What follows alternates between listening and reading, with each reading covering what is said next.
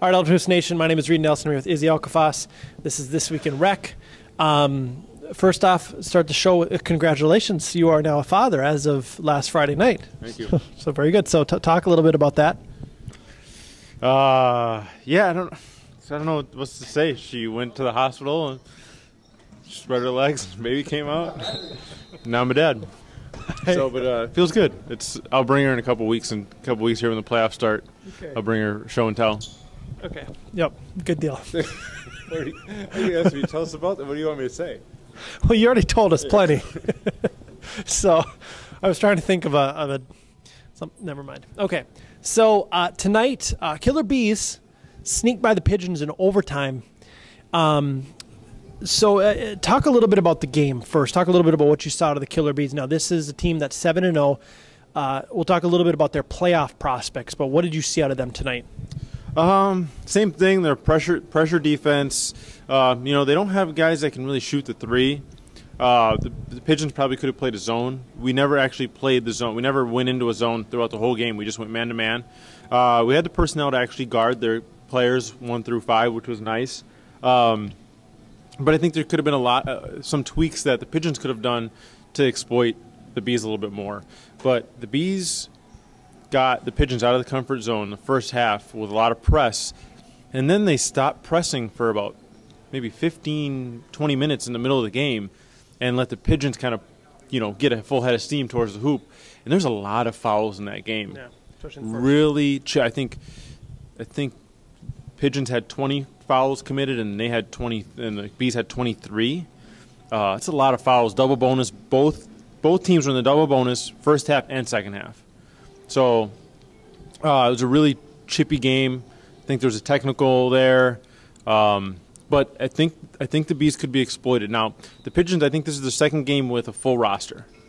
So their first game and their last game of the season were full rosters, and they played against the Avengers and Bees, and they played them both pretty well. So maybe the Pigeons could surprise teams in the playoffs, but the score will make the Bees look a little bit worse. But you have to remember, I think the Pigeons, without having a full roster throughout the whole season, aren't as bad as they've shown throughout, weeks 2 through 7. So I don't think they're a number 1 seed. They will be the number 1 seed, but I don't think they're – in Bloomington, they would not have finished 7 or 8-0. Well, and we'll talk about whether they should be a number 1 seed or not, because I think there's a little bit of a tide change with just, at least in my mind there is, with just saying, okay, 8-0, take it.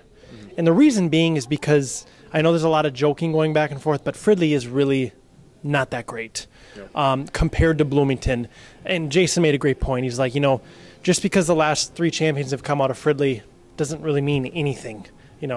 It just means that the best team was in Fridley, but 2nd through 8, doesn't mean anything. So, at the end of the game, end of the regulation, there was 3 straight offensive fouls. Well, the first 2, I believe, were called correctly. The third one was actually that you drew on Stephen Ellis, which was a huge momentum turn there. Now, it didn't end up working for the Pigeons, but what were your thoughts on that play? Was there some embellishment on your end, or was that a clean foul? Well, I think any offensive foul, you need to sell it. Kind of like a charge. When a guy's barreling down the lane, everybody falls back, right? If you don't fall back and you take the contact and you stand on your feet, it's a block for some reason. It shouldn't be. But if you fall backwards, you'll get the call. Same thing happened there. Steve Ellis got the ball. It was a chippy game, and he was frustrated, just kind of with Dustin and whoever. He got the ball on the inbound, and I played him tight, and he backed that caboose into me. And if I would have stayed on my feet, there wouldn't have been a call. But as soon as he threw the hip at me, I slid. I got shot out of a cannon, and we got the call. And you have to, flopping or not, you have to sell calls in this league. And I think in any league, whether it's the NBA, college, UH, you have to sell the fouls or else the refs will not call it. So I just did my part, and Joel did the rest. Okay, Bloomington South is done. The Rebels finished at 7-1. Let's pretend that the Killer Beez, I believe they play UANO next week. Let's pretend they finish at 8-0. The club will finish at 8-0. A little scheduling. It wasn't a mistake, but it was an unfortunate error that those two teams didn't play each other. So, to me, on paper, you could make an argument that either. I mean, I don't think you can make an argument that the club's the best team. Mm-hmm. I mean, you could try, but I don't think it'd be a very strong one. And then you can make an argument either way between the Killer Beez and the Rebels. And I mean, what are your thoughts? 7-1 Rebels, 8-0 Killer Beez. If they were to play each other today, neutral court over at St. Louis Park, who do you have winning that game? Rebels, landslide. Landslide. So then why shouldn't the Rebels be the number 1 seed? Because I used to be an 8-0 automatic, and now I'm switching a little bit. I'm saying the Rebels really did have a tougher road, a much tougher road. Here's the thing. There's 2 ways to argue it. You can say, well, are the Rebels better even? They played in a harder division, I guess, let's call it that, harder league. They only lost 1 game, and they beat 7 better overall competitors than the Bees. The other side will say, well, the Bees took care of everybody on their schedule, and the Rebels did not. Mm-hmm. So it kind of depends on what side of the fence you're on. I think Brandon had the club at number 1 in his latest power rankings, if I recall. Which is, I mean, it's hey, they're 8-0. I mean, you can't say they're not if they're 8-0. I think the committee's going to get together. We're going to break down the schedules. I can see the Bees dropping to 2, but it's going to be really hard for them to get knocked down because they've been number 1 for a few weeks now, 4 weeks, and not much has changed. Unless they come out and lay an egg against UNO, if they come out and blow UNO out by 15, 20 points, I think they've solidified and locked up that number 1 spot. Well, and it depends on how people view the Pigeons in that they just barely squeaked by a 3-5 team, mm-hmm. whereas the Rebels, they thrust themselves into a 7-1 record yesterday with that win, I believe, over the Broncos. Yep. So it kind of depends on how people view this loss or this win by the Bees tonight. So had a chance to speak with Kevin Chase of both Callahan Auto Parts and the Gorillas. Here's that interview now. All right, UH Nation, I'm here with Kevin Chase, Callahan Auto Parts, Gorillas. Let's speak specifically about Callahan Auto Parts. You go to 4-4. I don't know if you've really looked at what the playoffs might look like, but what are your initial thoughts about where you could be placed in the top 20? Top 20? We shouldn't, with the way we played and gave up some games, I don't think we should be above 12, obviously, but there's been a lot of middle-of-road teams in both leagues. I mean, we're going to have some 2-5 teams potentially making, right? One potentially, yes. When has that happened, right? Not in a long time, or not since I can remember. 2-6, yeah, not preferred by any means. So, and there's a lot of 3-5 teams, and we got a lot of 4-4 teams even in Bloomington. So, sure. I don't know. We gave up some early games earlier in the season. We shouldn't have. Some crazy things happened, but I'm thinking no higher than 12, but probably between 13-15. Later in the show that we're filming, or Izzy and I just filmed, he mentions you guys as a team that could potentially make a run. Callahan now. Yeah. Why do you feel that way? I guess I'm not sure that you feel that way. I'm assuming you feel that way. Why would you feel that way? I actually do feel that way right now. Our offense is being a little bit more aggressive. We're not being as hesitant on our shots. We're taking the shots we need to. We're moving the ball a little better. We're pounding it a little bit too much in one aspect of not moving the ball as much as we should. But we're being a lot more aggressive, a lot more active. Defense is there. We're keeping teams' points down typically. But Nate Moore has been getting hot. Hoyle's always solid. He's a beast. He's hard to guard. Big body, very quick. I just got to clear things a little bit better off the glass and make my shots a little bit more than I should. So, do you think Josh Hoyle's an MVP candidate? Well, our record isn't helping his case because we gave up, like I said, some early games. But he's consistent, hits a lot of shots. I mean, you will get your points out of him, and he's going to do it at a high efficiency. And people knock him because of his size or lack of quickness.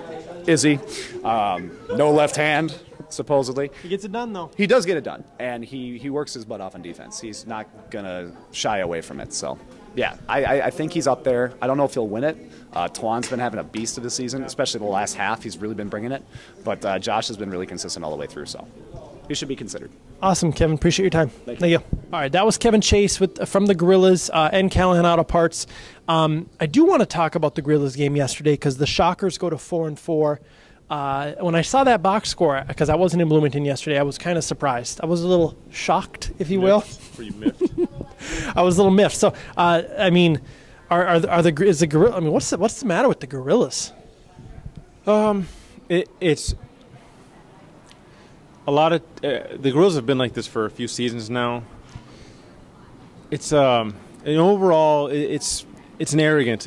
We expect to win regardless, especially against teams that we don't necessarily, like, I'll use the respect card, but teams that we don't expect to have trouble with. We'll come out flat. We won't really try. We'll look at the scoreboard. We'll be down 16, 18, 20 points. And then we're always saying, oh, we're fine. We're fine. We're fine. And then we try to really turn it on, and we bring it to, I mean, yesterday I think we brought it to 3 or 4, and just with maybe 4 minutes left, and then they hit a 3 or, got foul and 1, and just kind of a backbreaker. So, the Rebels went through this. The T-Pups have went through this. The Grills have went through this in the past. I mean, this happens. Playoffs are a different animal altogether.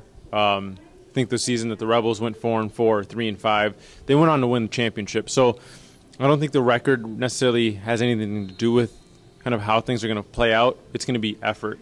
And the effort that was shown by the Gorillas this season will translate to a first-round loss if the way we played on Wednesday happens again next week. So Shockers go to 4-4. Name a team like the Shockers, a team that might come out of nowhere. Like the Broncos aren't coming out of nowhere anymore. The Bees, the club, they're not coming out of nowhere. These are 8-0 teams. The Broncos, they've been to the Elite Eight. Shockers I don't think they've even won a playoff game. Them snuck up on everyone last year. They were in the championship. Who's going to sneak up on Rec this season of playoffs? Well, that's a tough question because I don't think anybody outside of the top 12 has a chance to really make a run. Some would say that any team with Dustin DuPont has a chance because he's so good and he makes such a huge difference. A full rostered Pigeons team could make a run. And then you look at all the teams that are going to be 13 and below, there really isn't any team that stands out. I don't think Callahan's not going to – what's Callahan? 4-4. 4-4. Callahan's a team that I could see. They have assembled a good roster. I can see them and the Pigeons coming out. Nobody in Bloomington that's worse than the Shockers. Shockers are worse. Are going to make a run. I don't think the Crusaders will. I don't think the Shockers really will. They'll have a tough first round matchup and they won't surprise anybody there. So I'll say the Callahan and the Pigeons have the best chance of upsetting a higher-ranked team just because they have a lot of players with experience. Shockers just don't have as much experience, especially in the playoffs. Last thing before we call it a night, getting close to MVP season. Who do you have? Initially when I did it 4 weeks in, I had Chase and Hoyle. But their teams have struggled so much, both of them, that neither of them can really win it, I don't think. Off the top of my head, I don't have a favorite. You could say Twan. Let's just say a guy like Antoine. But the thing is, he pads a lot of his stats against bad teams. However, his game against the Avengers might lock it up in itself because I think he went 36 and 17 or 18 rebounds. I mean, he had a monstrous game. So, and he was up 4 in this game with 2-3 seconds left, and he decided to take the ball, do a spin move, got fouled, didn't get the foul call, made a bank shot in the lane just to pad his stats. So that shot might have locked up the MVP for him. Job, Twan. Okay, so next Thursday night we'll do the seeding meeting. The following Tuesday in Fridley we'll be starting playoffs.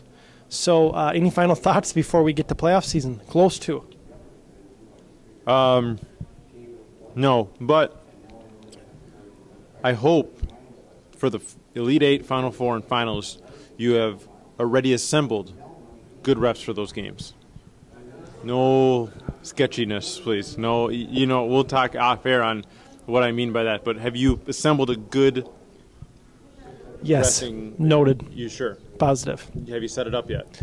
We'll talk off air. See you, Ultimate Hoops.